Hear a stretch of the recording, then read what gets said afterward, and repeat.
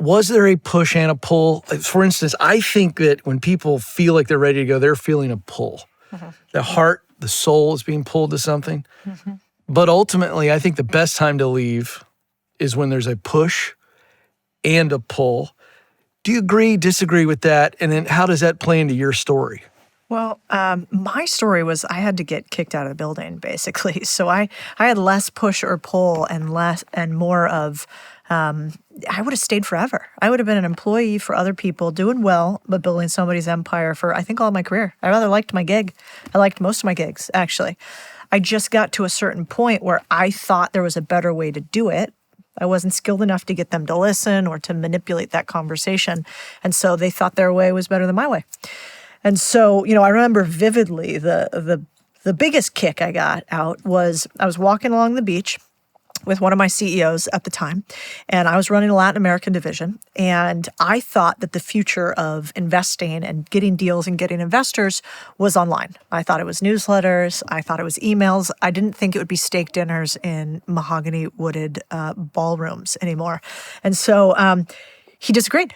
And so after me kind of bothering him, he finally said, listen, if you want to row left, but we're going right, you got to get your own boat.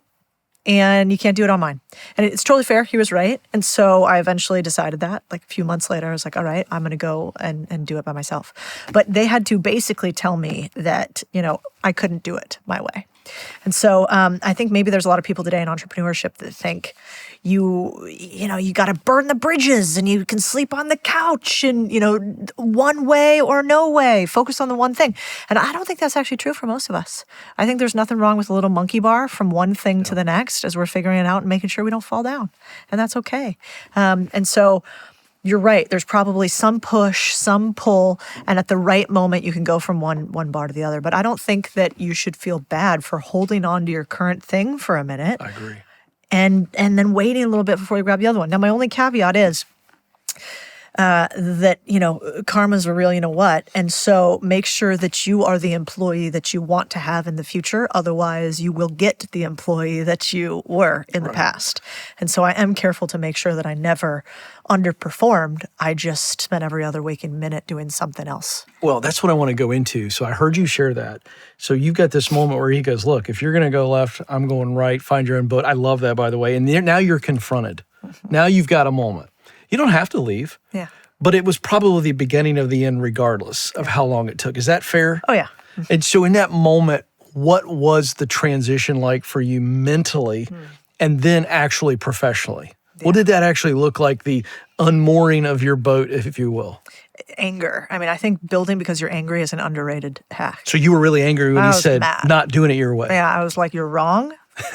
I'm going to prove you right and watch me. And maybe that's not the healthiest of emotions, but it worked for me. I was really mad. I was like, I built this huge business for you. We're $1 billion in assets under management.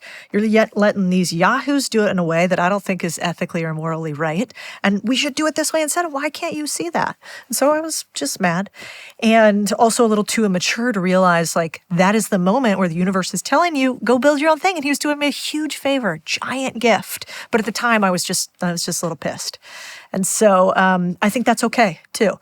Now do it the right way. I didn't like flame it on the way out, but I did go and build the next thing because I was mad. And to this day, I keep it in some of my speeches, but I have I think you should keep fuel. I do too. And so I took a screenshot of one of the managers at the company, and he had sent me an email one night, and I think he'd had a little, and so he sent me an email, and the email said, I hope you gained more followers today because you have dumbed down the firm. Ooh, that's nasty. Yeah, I didn't like it. And so I did the adult thing, which is I screenshot it and I put it up in front of thousands of people every week.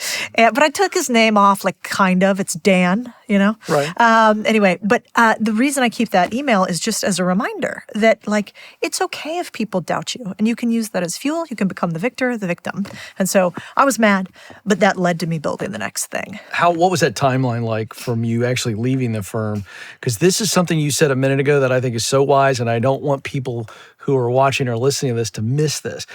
You're not for a Geronimo jump off of a cliff. Yeah, no. What was that actual timeline and steps that you took? Yeah, well, I had for years done the first you learn as much as possible, then you earn, then you increase your earnings, and then you invest. And so I think there are 4 steps to making money, and that's typically how it goes. And so for years, I had taken all the learnings, put it to earnings, taken all the earnings, and put it into investing as much as I could. So I had a little cushion because I lived way cheaper than I needed to for a long time. And basically, I just had this fund where at any given point, somebody made me really, I was like, I don't like how you're doing it. Okay, well, I got another option, right? And I think that's real healthy for people to have. Some people call it an emergency fund, but it doesn't have to be an emergency. In fact, it could just be in business because it can go this way. Sometimes it could be an ethical fund. I was like, I don't like the way you do business. I'm not sacrificing my beliefs for your dollars. And so I had that built up. And yet I was still too scared. So let's see, I had started investing in things on the side when I was at that firm. And I think it was probably 3 months after I had that conversation when I finally decided to leave.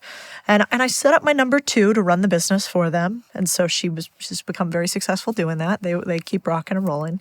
But I needed about 90 days to figure out what the next step was going to be. And so I think, if you don't like where you are, 1, what's your fuel? What's a why so big you can get over anyhow? 2, what's that fuel going to be on a path to serve? And so where do you want to go? Because it's real hard to get there if you don't know where you're going.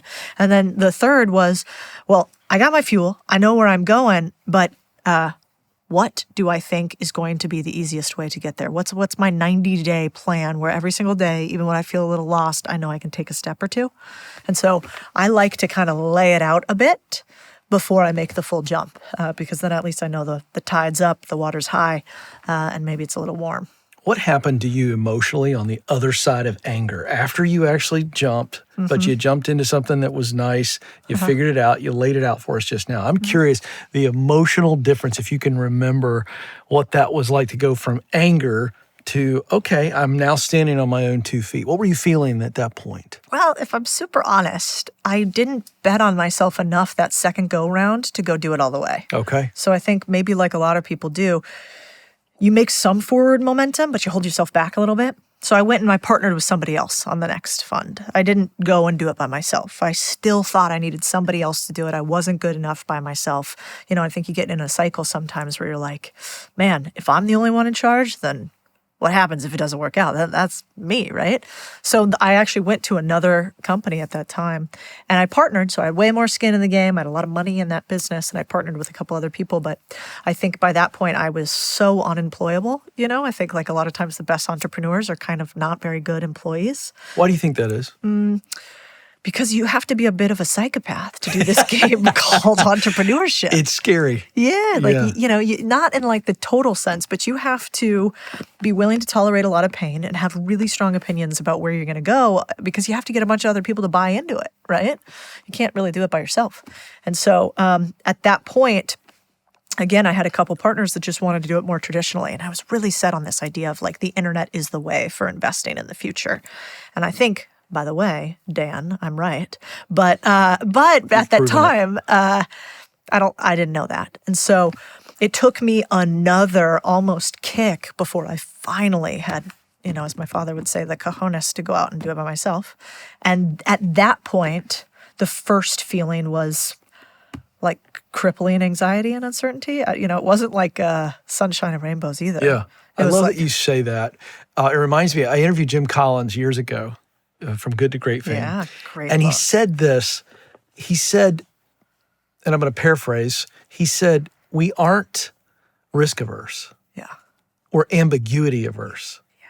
What a statement. Some real depth in that.